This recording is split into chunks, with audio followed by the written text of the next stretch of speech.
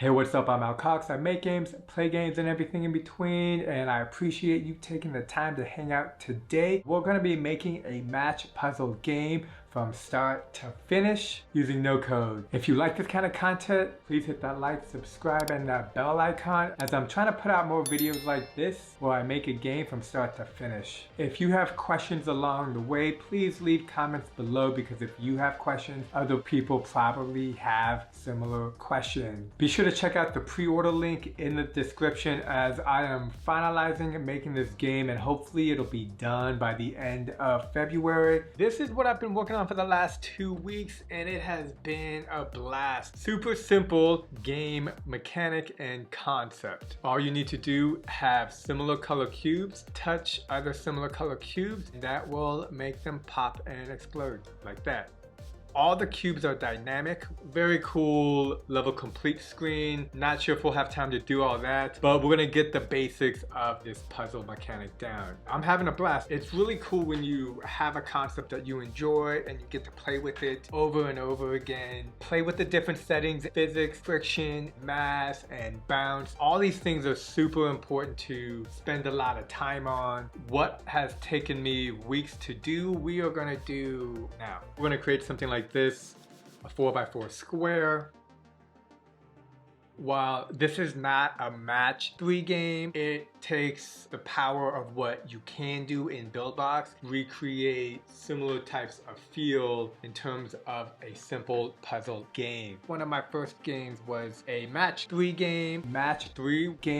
Use ray casting. They have a lot of complexity involved in how they work. It looks super simple. I mean, Candy Crush is not like a complicated game, but how it operates and how it does what it does in the game when certain items match up involves something called ray casting. Instead of trying to recreate a match 3, which I don't even know how you would do that in Buildbox, you can create something completely new that's like a match game in a whole new way using no code and simple nodes. Let's get to it. We're gonna go to File, New, Create 3D Game, Blank Template. First things first, let's get the UI menus taken care of. The UI menus are never really fun, they just work, but they're important to set up the structure so that we can play test throughout the development of this game. I've created it so that there is not a game over, because in hyper-casual games, people don't like dying. While that's not the type of gameplay I grew up with, I'm aware of how mobile games are in the industry. So I'm trying to create modern hyper-casual games. You know, this is a puzzle game. This isn't like a platformer. It's not that big of a deal that there's not a game over. Within the UI, we want to grab an event observer. Let's just put it over here on the top. And this game will be done by session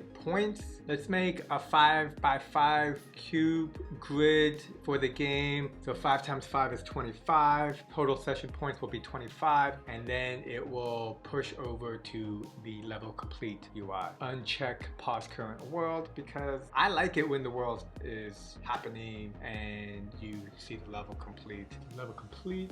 Let's go ahead and add a font. There is no shortcut for the font, and the only way to get there is up here under tools. I hope eventually there's a shortcut button and easier ways to access this. Go up here to the font editor under tools, and let's select Arial Black.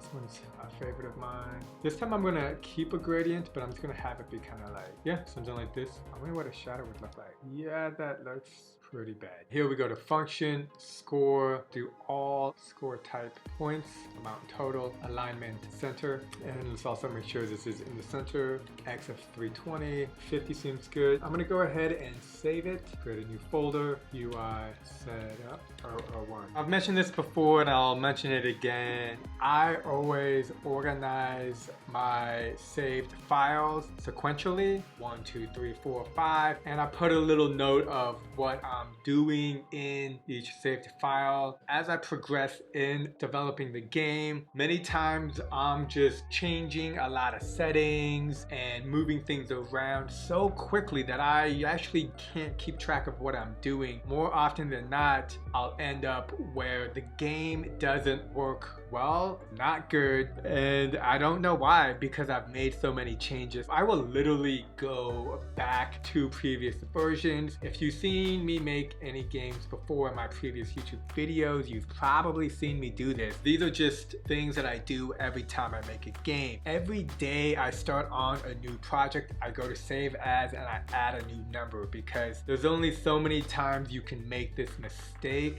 where you start a project and you didn't save it accordingly and you put yourself in a bind. These are some things that I do every day, and I strongly recommend everyone to find what works for them in terms of saving, updating their game, and being able to move forward with game development. And since we are testing everything, I'm going to add a replay button down here so we can do restart, the replay. Let's grab a label. Once we're play testing, we're going to just want to be reloading the screen every single time. Now you can hit the button at the top right of the Buildbox preview. That button's like all the way up there, and I'm lazy and like to just do my own thing, which is why we have this. Okay, great. So let's connect these two, and then level complete. We'll just put in level complete, continue. Pro tip, holding down the shift button will keep the text centered. See how it's centered here, as opposed to just pulling it down and having it be off and like looking for that center. I hold the shift button all the time. And then what do we need? We need the score. This up here, holding the shift.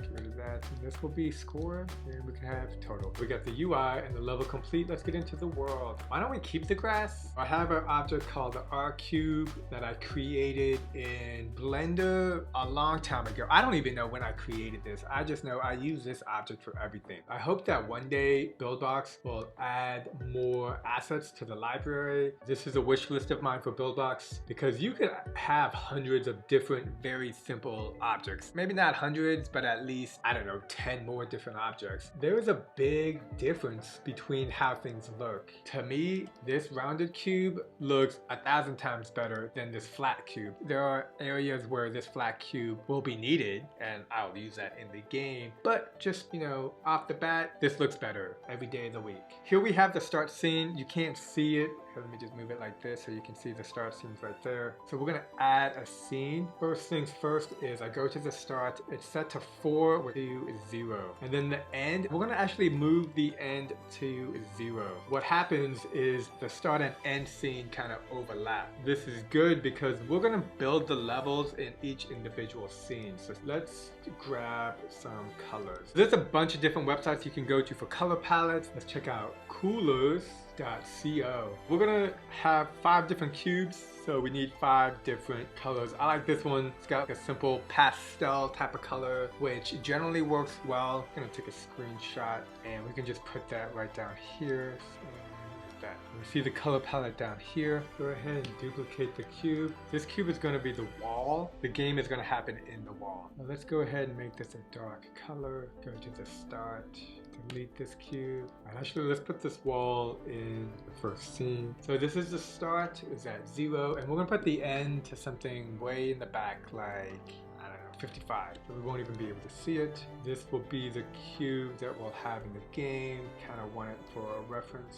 We'll do what, like, let's say a 5 by 5. We have 5 cubes just to get an idea of what each level will look like. 1, 2, 3, 4, 5. Okay, cool. So we'll need to have this be scale of 10. Move that up here and then change it to 10 like this. Cool. Now take a separate cube and then just kind of make this one a little bit bigger. Actually 1.5, 1.5, 1.5, and then press D to copy. And this could be like the edges. Let's grab that simple cube here. Oh, we're going to need to change the color over here on the right panel. This should have no physics, so let's go ahead and put none.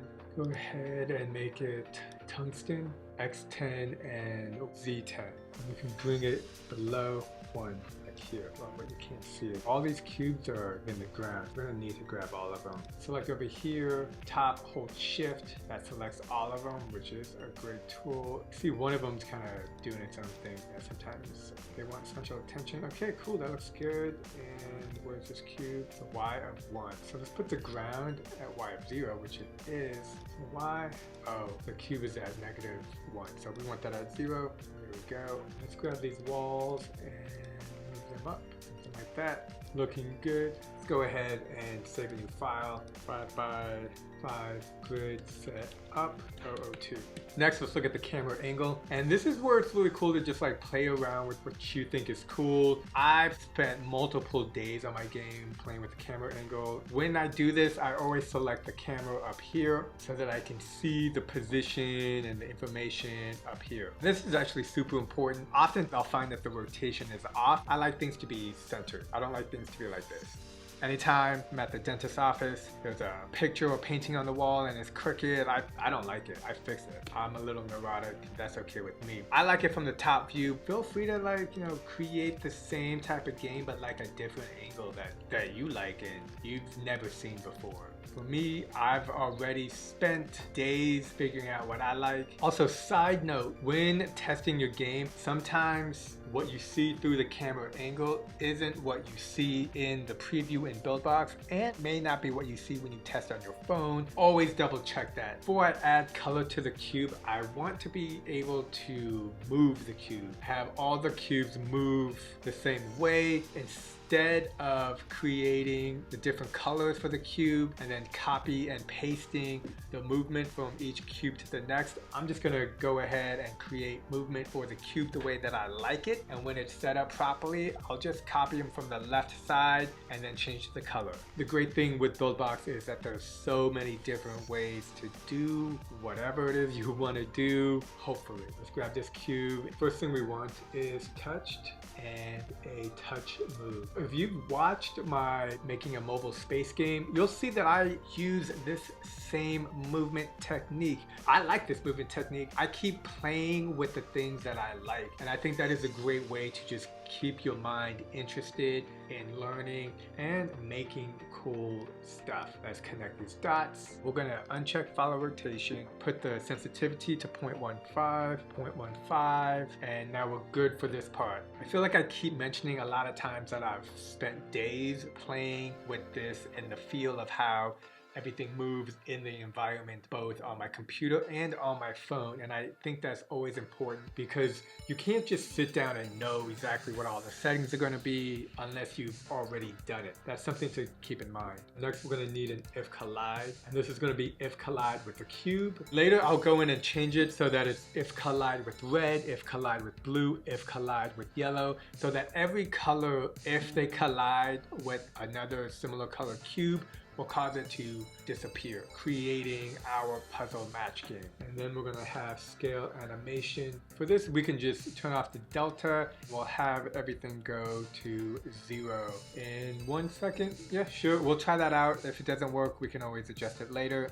And then we'll also want a debris explosion. This will be later so that if they collide, then it should explode. And actually, I want to have the debris explosion after the scale animation, kind of making it like a 1-2 punch. Let's put the duration to 0.5 seconds so it happens in half a second. And then we're going to add a timer node. And here we can do it for 0.1 second. You can add a remove and then an add point. And I added the timer node so that these two kind of work at the same time. When I was making the game, I originally did not have a timer node, but everything was a little off. I find having a node like this keeps the measurements a little bit more concise in how things work. We'll have if collide our cube so that it collides with itself. Go here and save it, and then we can test it. Oh, you see how this gets pushed off? Okay, so I must have physics on these. So, well, the movement looks good, the cubes. Level complete, look at that. And the continue button isn't working. Did I add a continue button? I didn't. Grab a navigation button, and we're gonna put it over the whole thing. That's how I like to do it. We need to go to this navigation button. We change it to default, and then we just connect this back here. I'm gonna go ahead and save it. Oh, I gotta reload because of the Mac bug. It looks cool. Dynamic, here we go. Was I just selecting the wrong object? Oh, because I got multiple walls. I'm just gonna go ahead and delete that. I don't know when I had that. Hopefully I don't need it. I think we are good. Yeah, looks good. This cube, static. Somewhere along the way we had created an extra object. Yeah, oh, Mac bug, reload. So there. Now we can see things look great. When I was playtesting and making this game, the biggest issue was if you were to ever have one cube left, then you can't complete the level. Like, how are you gonna get rid of this? And I'm trying to think of, would it be possible to have it so if one, then game over? I spent multiple days trying to figure that out. I couldn't think of a way to do it with no code. So if you have any suggestions, please let me know in the comments. Otherwise, we have the beginning of a simple puzzle game. In the game that I'm making, I have it so that if you just touch the cube, it automatically scales down and gets deleted. But here, I think I'll just leave it as is, or we can change it later. It kind of makes it so you have to think about how you're going to move the pieces. And then, yeah, so you just have to hit replay. One thing I do want to do is grab all these cubes and move them up in the air a little bit. There's that one, always trying to get a little bit more attention. So let's move it up Y of 5. Now we can go into this cube and we can actually mess around with the settings.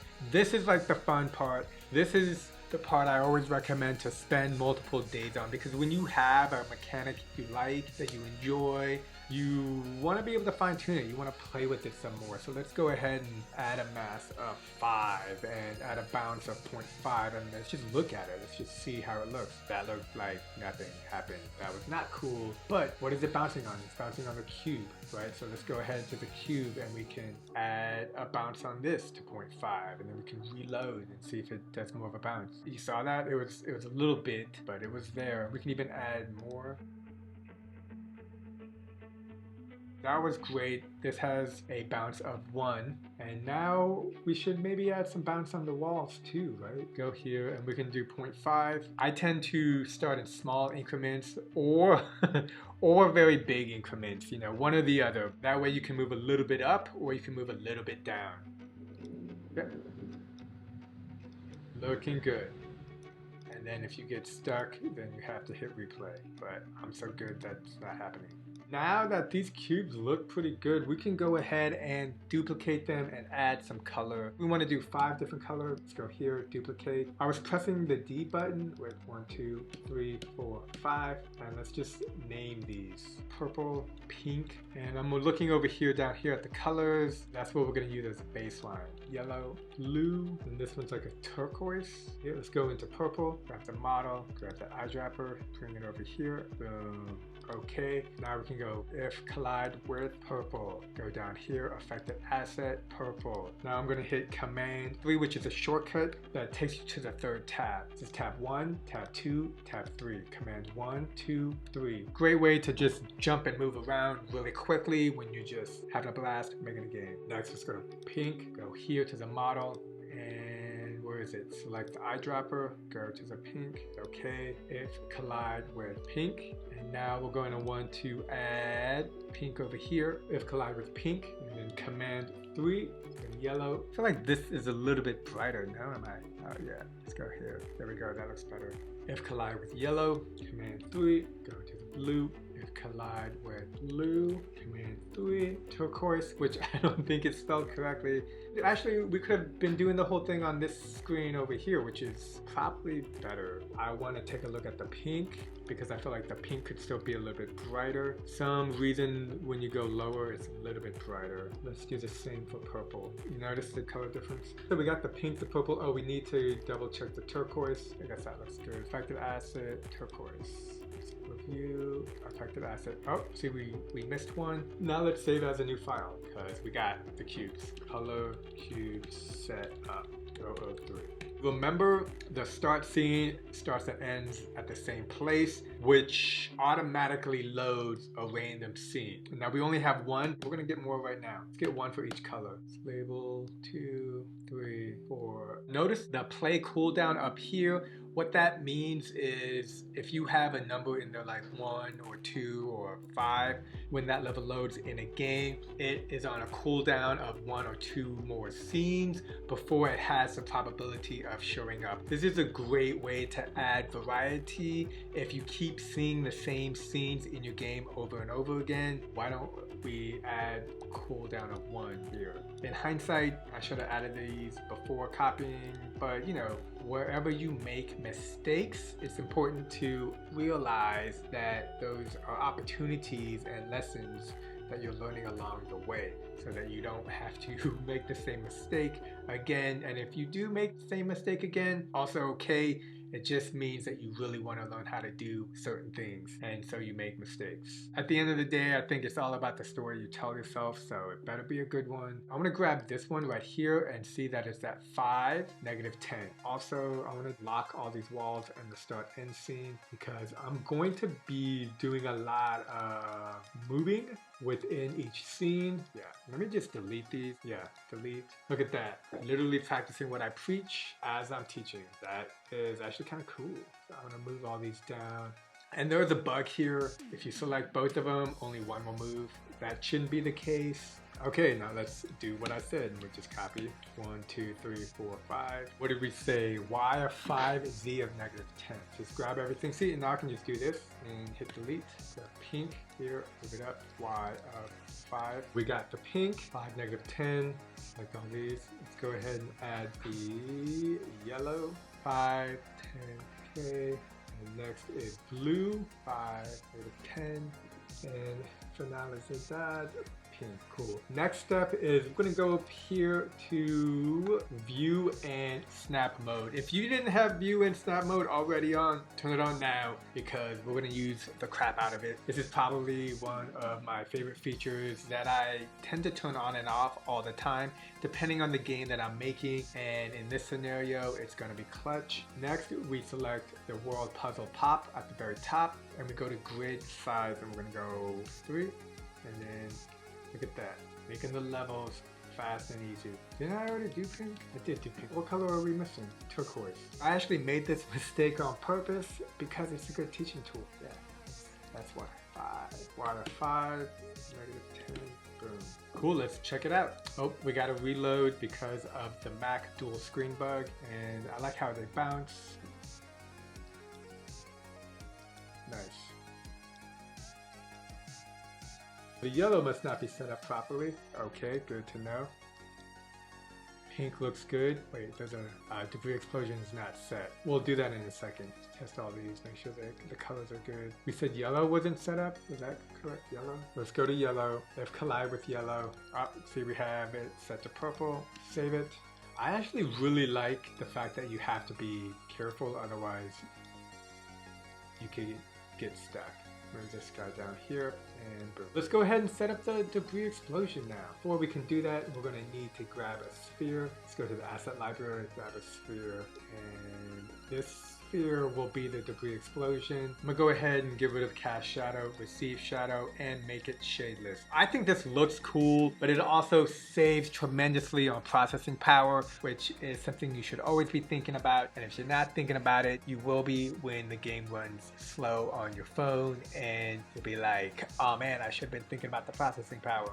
Okay, that was my speech. Next, we're going to want scale animation. We're going to want the remove node, and this is going to go to 0. Duration, 0.5, I think it's good. Connect, and then we also want a move node. Now we want the green move node. Green move nodes and red movement nodes do two different things. Green movement nodes generally tend to be constant, like move 10x direction and then you keep going 10x direction. Whereas in red nodes for movement, it's like move 10x direction and then stop. And since this is an explosion, we want the consistent movement. Go here and then we can select the variables so that it can go in really any direction, period.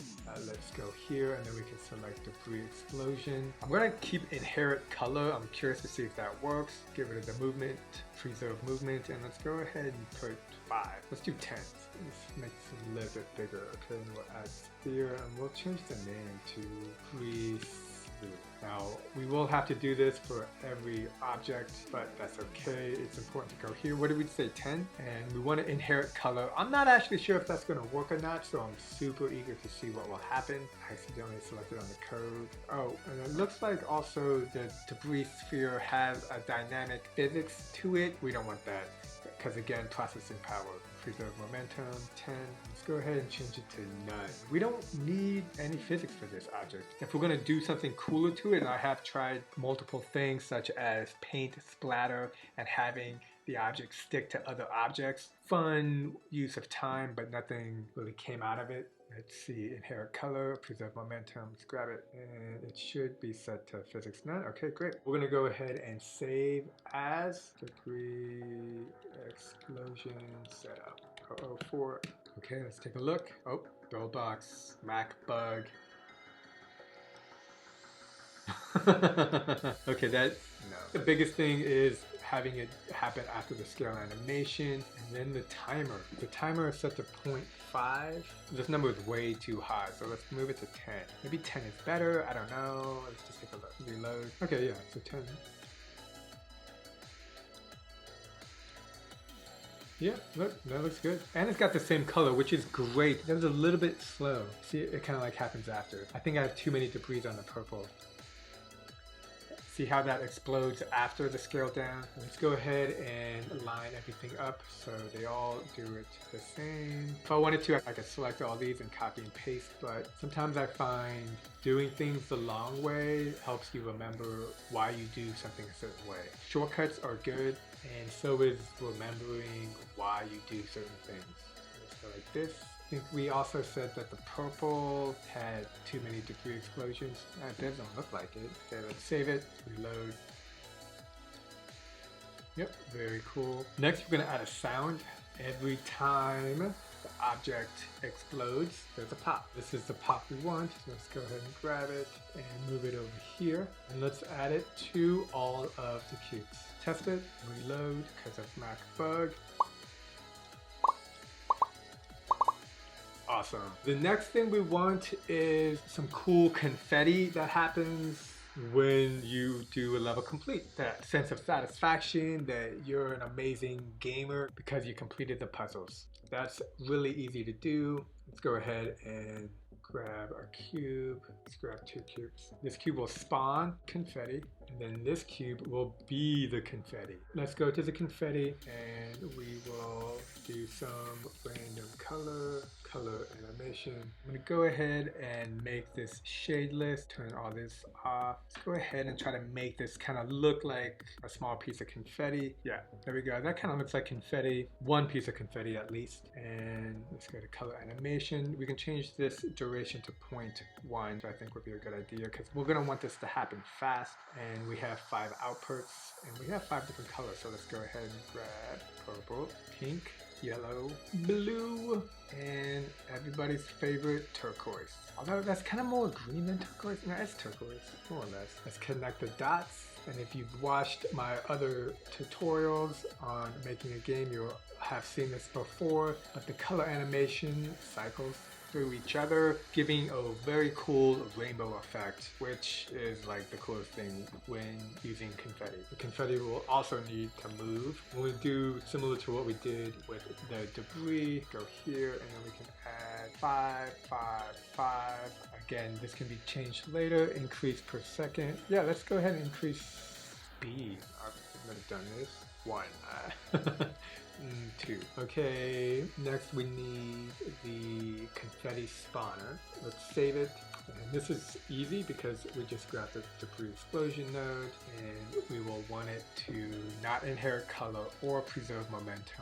We can adjust with these scales once we're working with something. So this is dynamic. Let's go ahead and put 9, and we can take a look at everything once on screen. Oh, we need to add a remove node. Does this have it? Yeah, it does have a remove node. Let's go ahead. Again, remove nodes are always important. If you ever add an object, then you need to remove an object. That's just the way it is. Confetti, spawn. Yeah, we can remove that object as well. Very cool. Save it just to be safe. Grab the spawn confetti. Here, I'm actually going to move this up to Y10 and view everything through this angle because I want the confetti to exist on all the corners. Now in the game, you shouldn't be able to see these, so let's go into spawn confetti, and that's super easy to do. We just disconnect this. We go to the spawn confetti, and we have a receive node, and connect it to the debris explosion node, and we can call this boom. And then we go here. The level complete is in easy level complete, UI. Grab this, and we'll call this confetti trigger. I'm going to keep it off the screen because we don't really need to see it. Disconnect this. Add a send node. Now the ability to send and receive is super powerful. One of the coolest things you can ever learn and or do. And so for the confetti spawner, we want receive. Let's go ahead and add a timer delay, and it can be at 1 second, and then move. Okay, we just need to know that it sends the boom, and then the confetti spawner receives the boom. The confetti is created. And I'm going to go ahead and also add a rotation here, and we can put 45. And that way it's spinning too. Easy way to make the confetti look cooler. Let's save it. Oh wait, cancel. New file name. Confetti test 005. Okay, let's go here and let's test. Well, gotta reload because of the Mac. Buildbox bug with the dual screens. Let's be careful we don't. Oh crap. Let's do it again. No confetti. Take that away. Oh, I know what it is. The cubes were only set up in level 5 with turquoise. So we need to cut, Command X, go to the start, and then Command, oh shit. The copy and paste is not working. Command X copy. Nope. Okay, well it's not working, so we're just gonna do it manually. Do it all again, and we have to set to what? 10? Y of 10. Put it to 10. Cool thing is when you add something to the start scene, all those objects will inevitably be on the other scene. Instead of copying and pasting the spawn confetti to every scene, we only need to add it to the start. Let's go ahead and make sure everything looks good. And at the same time, I'm also looking at the numbers over here. I just like easy rounded numbers. Oops, negative 26. And 5.5. Cool. Let's save it. And let's take a look. Reload because of Mac dual screen bug. Ah, look at that. That was cool, but we want more than that. You can go here to the 3D model and we can put this at 10. We're going to do 2.5 and we're going to do 1. This may be too big. I may have gone overboard, but one way to find out.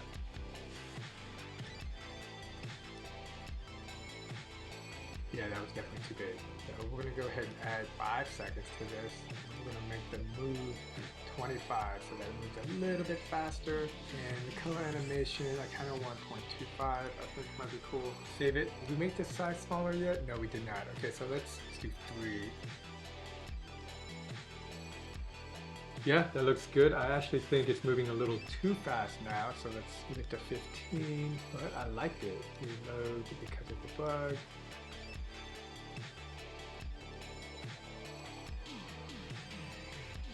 Yeah, nice. And I have a cheer sound somewhere on my computer. Wait, these are all WAV files. I need an MP3 file. Okay, so I got like a kids yelling yay sound going on here, so we can put that with the confetti. Oops, sound.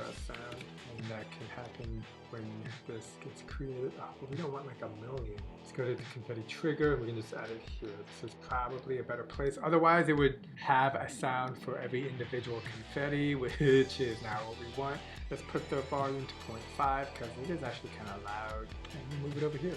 And this is set to, I believe, the confetti spawn. Yes, so let's go ahead and take that celebratory sound.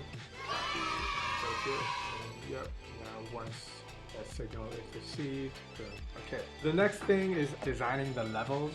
A cool way to do that is to add different colors.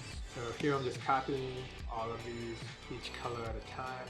And then I can go in and manipulate all these accordingly. If I do it all the same way, it adds a nice consistency to the gameplay for the player. I'm just making this up right now, but this is based on days that I've spent designing levels in a puzzle pop the game that I'm working on now. So check this out, this is really cool. If I can just go in here and select these, select copy, go here, boom.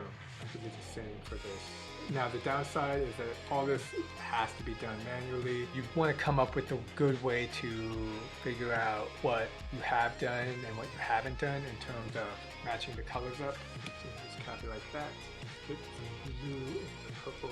This is my favorite part of making a game. All the stuff we did before was very important and essential, but this is like the coolest part. This is where you could just make levels and play around with your creativity and how to make the levels look fun, cool, and interesting for anybody. See, when these two colors hit, they don't cause anything to happen.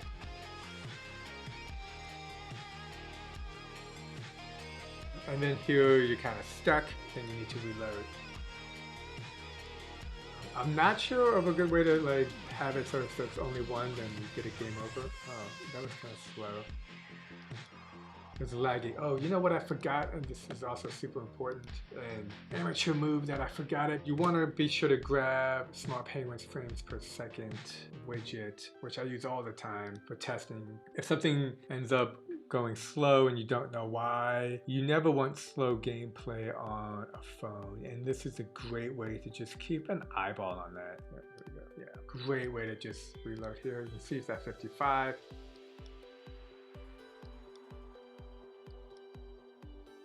Oh, okay, so we have items flying off the screen. We don't want that. Let's fix that right now. And to do that, we're gonna go grab a cube. This is gonna be called InvisiCube.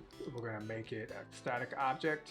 Sure, it can have bounce. Let's go ahead here. Get rid of all this here, and maybe make it shadeless. I'm not sure. We're gonna want it at 50%, 35%, 42%. Yeah, let's do that. And here we just go into the start. Actually, I'm gonna put it in every level just so we can see it. Snap mode, let's turn snap mode back on. 1, 1, 1 on the grid size. So whenever I add snap mode, I always instantly just go to grid size and start messing around. Let's go ahead, position 11, height of 5, no, scale of 5. Yeah, there we go. These walls are set to about 20, so we go here and we put 1. Seems way too big, so let's do 10. Maybe that. Yeah, that's good. So let's go ahead and copy. Press D to copy to the right. We'll just put that baby over here and go. Oops. Let's grab another one of these, and I'm gonna move this one back, and I'm gonna change the X to 10 and then the Z to 1. We got something like this. Let's move it up just 1. Like that. Cool. So you can see what's surrounding the square like that. Okay, great. And get one more up here. This one will have a Y of 1 and 10, 10, 10 probably is a good way to go. Let's just put that down here. Okay, cool. So now we have this in the game that I'm working on right now. We want to lock these, yeah, like that. Anytime we go in the purple level, let's make sure InvisiCube is collision. Might as well just put platform, static, affected asset, all. Yep, that looks good. And let's give it a try. Reload. Oh, I'm trying to shoot it off. Well, that one's gone. But you see these other ones are bouncing here, so that's good. Great. And they're not falling out of the cube. Now we just need to go to the InvisiCube and we can actually, I think we're gonna get rid of this so that you don't even see it. Trying to test these walls. Okay, cool. You see how it bounced? It's bouncing off. See that? The wall is there. Now what I want to do is go ahead and select everything, command copy, and see if I can't put it here. It should translate to all the different levels, but I'm not sure because I haven't done this before. So let's take a look. Yeah, look at that, staying within the cube. There does seem to be a slowdown with the explosion, which shouldn't be happening with these. They're not getting removed. I don't know why. Let's take a look. Timer, 5 seconds to be removed. Maybe 5 is too much. Let's put 3. Let's close this because that seems to be working. Let's do scale animation. Scale animation I find is a great way to utilize a timer and an effect at the same time. So here you can see that the scale animation has a duration. So we'll put 2.5, deselect the delta, put these to 0. Yeah, now we can test again. Yep, all the cubes look to be in place. Let's make sure we get all. Looks great. My favorite part is just making levels. It's coming up with cool ideas and designs, and there's a million things you can do here. Go in, copy and paste. Let's copy this and this and that. Let's go ahead and move these over, make some more levels. And we don't have to do anything complicated. We can keep it simple. One of the things I like about making hyper-casual games is you want to try to build around the idea of simplicities. Whenever I find myself doing things that are complicated and I'm not exactly sure how it looks and feels, I just remember to double down on simplicity, and that for me goes a long way. And I find I'm able to keep pressing forward with whatever task I have at hand, because inevitably you'll find yourself stuck.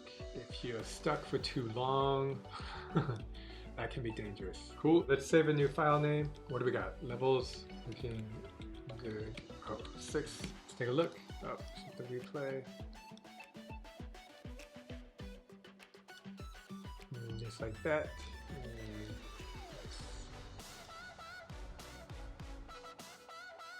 Noticed a little bit of lag, so you always got to be watching that. And these cubes move super easily. Again, very important to test on your phone. I think it's fair if you're new to game development to not be testing on your phone right away, but I do believe it is a disservice. This is not a match 3 game. This is something completely different, but it is a fun, simple puzzle game that anybody could play. The final step is to add some custom nodes. I had someone who was super generous enough to help me out on Discord, and they provided me with a double-click node. One problem with this puzzle game is that if you have a single cube left, there's no way to get rid of it, and then you're just stuck. My brother had an idea of being able to do a double-click node, but because I don't know how to code, I wasn't able to do this. And I had mentioned this to somebody on Discord, and they were kind enough to write the code and share me the node. Now this is amazing. This is something I would literally pay a developer to help me figure out. If you're a developer and you know how to code and you think you can do things like this, please reach out to me, because I am looking to grow a team, and having a developer who knows how to code in Buildbox and troubleshoot and figure it out is clutch. Here is the node. Let's just call this double touch. I don't know how much I'm allowed to show you because this person took the time to make it. Here we have a delay in seconds, reset after click. It works great. It's a BB asset, so I just need to grab it and drag it into Buildbox, like so. And then we see it over here, and then this is double click cube. You go in here and then we can see this is where double tap is and all the settings. This is amazing. This is one of the coolest things with Buildbox that I still have trouble with, is being able to code and make your own nodes, but it's feasible and there are people who know how to do that. And again, if you know how to do this, find me on Discord, because this is a valuable asset and we could totally make some cool games together if that sounds like something that would be interesting to you. I put it in all the cubes. Let's double check. We got 5 different cubes. Change the name to double touch just to be consistent. And we got reset after click, which is in case you just click it once, which is something you will be doing in the game when you're moving things around. Everything looks good to go now. Oh wait, let's save it. Let's save it. Hold on. And I'm going to save it. 007 double tap. Here we go. Oh, we got to reload because of the Mac dual screen monitor bug. Looks good. Yep. And the game works great. The cool thing about this is there's a lot of possibilities for this game. Map, level design, we can go in and we can just like make more levels as well. We can just take this. Here's an easy way that I like to just make levels. So just go copy, press D to copy. And that's 1, 2, 3, 4, 5. Now we have the color setup for these new scenes, and let's just make these a little bit different, and let's go to the world puzzle, check out the grid. We're going to confirm that snap mode is on, and let's go here and change the grid size to 333. And you know what's cool? Do something like this. There we go. Now that looks like a cool level, and let's just rinse and repeat. Once you get into the flow of making levels, that actually takes the longest time, because you have to be okay with making a lot of mistakes and just trying multiple things out until you find something that works well and that you think is cool. And once you do that, then you just keep going. This is cool, and this will add different varieties of different kinds of levels in this puzzle game. And to be honest, making levels is probably my favorite thing. It's simple to do, and once you find something catchy like this, then it makes sense in terms of how the levels are designed. This is cool, looks good. These are kind of the similar two colors, not that big of a deal.